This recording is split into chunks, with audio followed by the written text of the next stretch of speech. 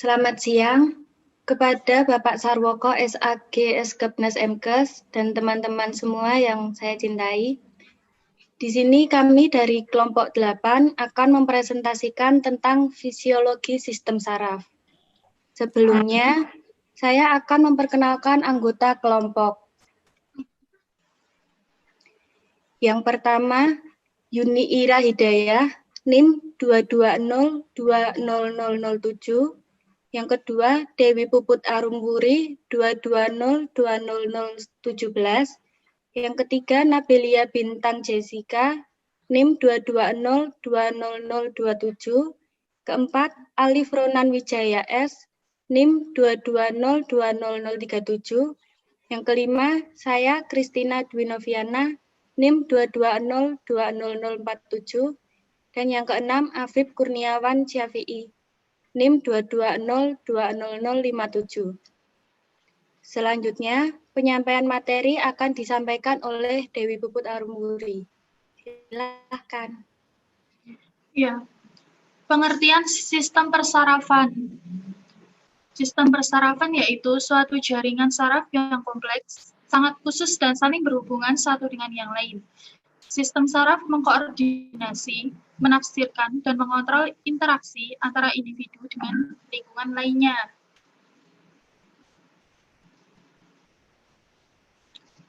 Struktur sistem saraf, yaitu 1. Sistem saraf pusat yang terdiri dari otak dan medula spinalis. 2. Sistem saraf tepi yaitu aferen dan eferen yang terdiri dari sistem saraf somatik dan sistem saraf otonom.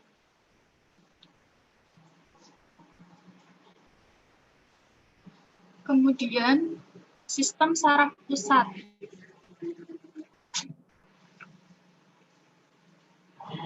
1. Otak. Permukaan otak tidak rata, tetapi berlekuk-lekuk sebagai pengembangan neuron yang berada di dalamnya. Semakin berkembang otak seseorang, semakin banyak lekukannya. Lekukan yang berarah ke dalam lembah disebut sulcus, dan lekukan yang berarah ke atas gunungan dinamakan gyrus. Otak mendapatkan impuls dari sumsum tulang belakang dan 12 pasang saraf kranial. Setiap saraf tersebut akan bermuara di bagian otak yang khusus.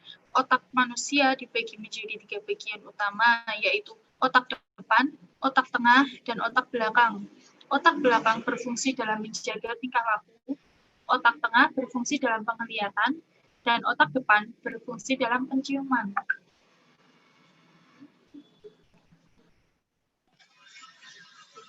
Kemudian medula spinalis.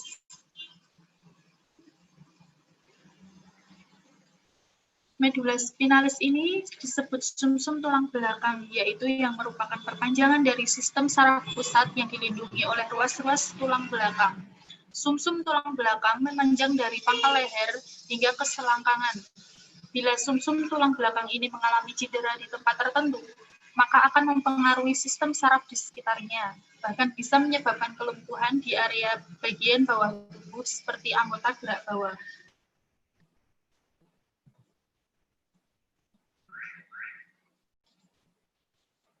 Kemudian sistem saraf tepi. Susunan saraf tepi terdiri atas serabut saraf otak dan serabut saraf sumsum tulang belakang spinal. Serabut saraf sumsum otak dari otak keluar dari otak, sedangkan serabut saraf sumsum tulang belakang keluar dari sela-sela ruas tulang belakang. Setiap pasang serabut saraf otak akan menuju ke alat tubuh atau otot, misalnya ke hidung, mata, telinga, dan sebagainya. Sistem saraf tepi terdiri atas serabut saraf sensorik dan motorik yang membawa impuls saraf menuju ke dan dari sistem saraf pusat.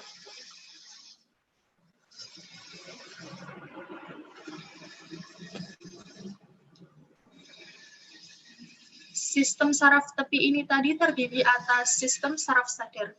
Sistem saraf sadar bekerja atas dasar kesadaran dan kemauan kita. Saraf ini meneruskan impuls dari reseptor ke sistem saraf pusat dan meneruskan impuls dari sistem saraf pusat ke semua otot kerangka tubuh. Sistem saraf sadar terdiri atas 12 pasang saraf kranial yang keluar dari otak dan 31 saraf spinal yang keluar dari sumsum tulang belakang. Saraf-saraf spinal tersebut terdiri atas gabungan saraf sensorik dan motorik.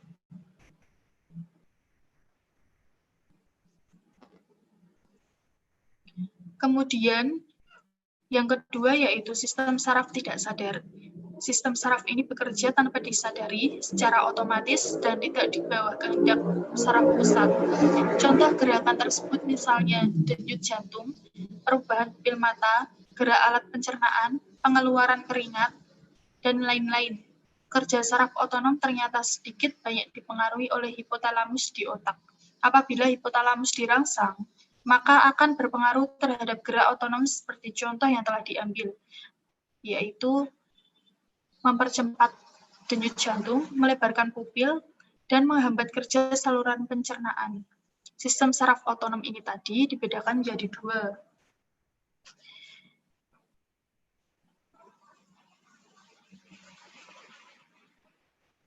Yaitu satu, aferen. Aferen ini dibagi menjadi dua lagi, yaitu saraf simpatik yang terletak di depan ruas tulang belakang. Fungsi saraf ini untuk memacu kerja organ tubuh, walaupun ada beberapa yang malah menghambat kerja organ tubuh. Fungsi memacu antara lain mempercepat detak jantung, memperbesar pupil mata, memperbesar bronkus, dan yang fungsi menghambat tadi yaitu memperlambat kerja alat pencernaan, menghambat ereksi, dan menghambat kontraksi kantung semi.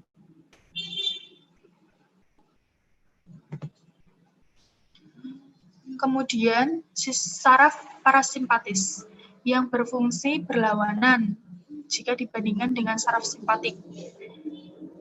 Saraf parasimpatik ini memiliki fungsi antara lain menghambat detak jantung, memperkecil pupil mata, memperkecil bronkus, mempercepat kerja alat pencernaan, merangsang ereksi, dan mempercepat kontraksi kantung seni. Karena cara kerja kedua saraf itu berlawanan, mengakibatkan keadaan yang normal.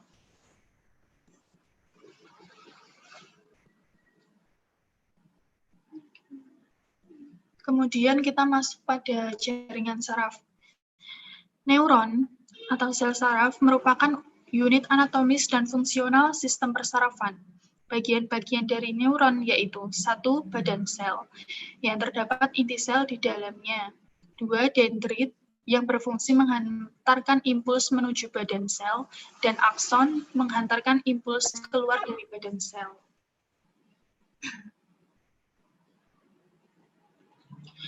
Kemudian ada sel penyokong yang terdiri dari 4 neuroglia, yaitu mikroglia yang berperan sebagai fagosit, ependima yang berperan dalam produksi CSF, kemudian astrosit yang berperan menyediakan nutrisi neuron dan mempertahankan potensi bioelektrik. Kemudian ada oligodendrosit yang menghasilkan mielin pada SSP, sistem saraf pusat, yang merupakan selubung neuron.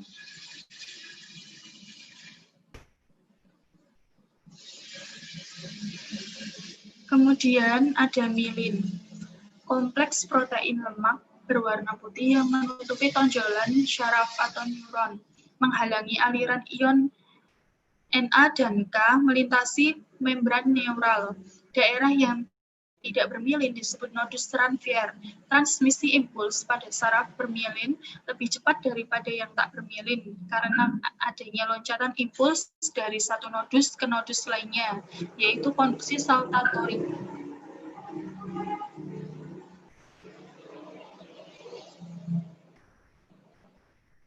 Ya, sekian dari saya. Kemudian saya limpahkan lagi ke Christina.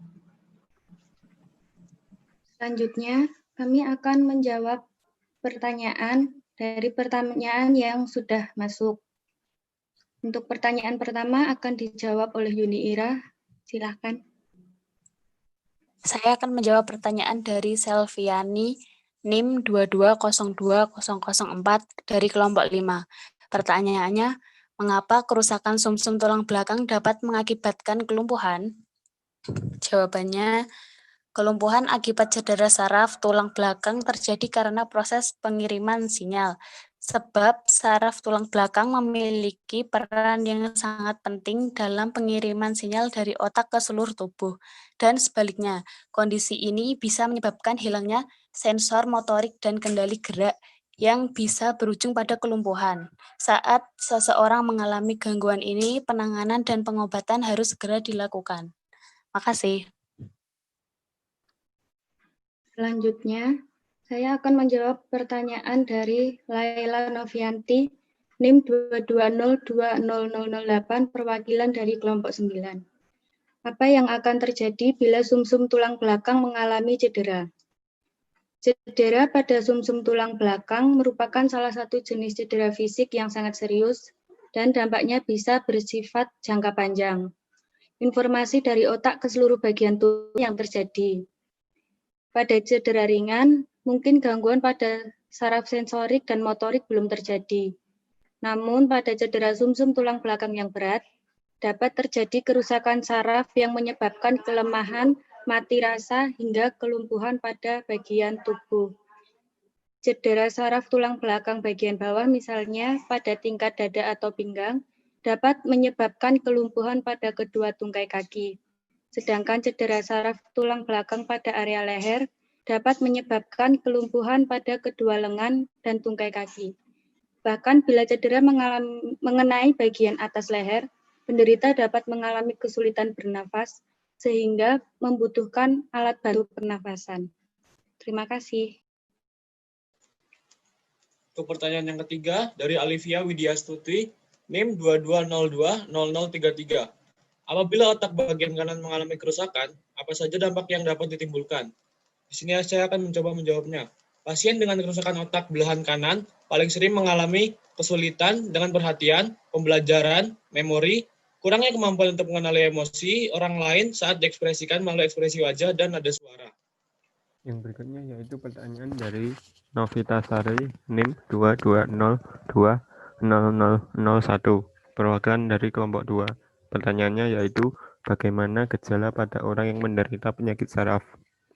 Jadi, beberapa gejala yang dapat terjadi pada penderita penyakit saraf.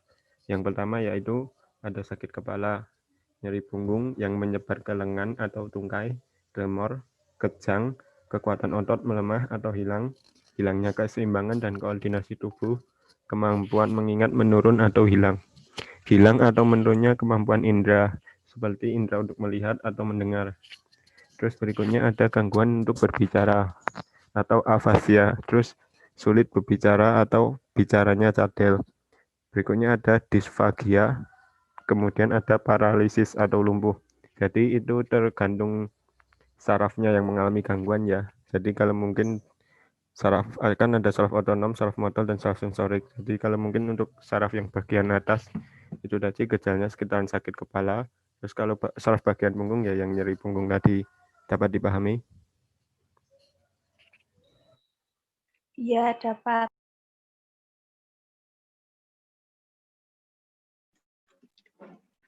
Saya akan menjawab pertanyaan dari Asti Hardianti, NIM 2202002, perwakilan dari kelompok 3. Bagaimana hubungan sistem saraf, sistem hormon, dan indera saat kita melihat sesuatu yang membuat kita takut dan jantung berdetak sangat cepat? Ketika stres, amigdala akan aktif dan mengalihkan pikiran kita kepada rasa takut tersebut. Alhasil, tubuh langsung mengalihkan semua energi untuk bersiap menghadapi ancaman apapun. Pelepasan zat kimia pada saraf dan hormon menyebabkan peningkatan denyut jantung dan pernafasan. Terima kasih. Silakan ditutup saja forumnya.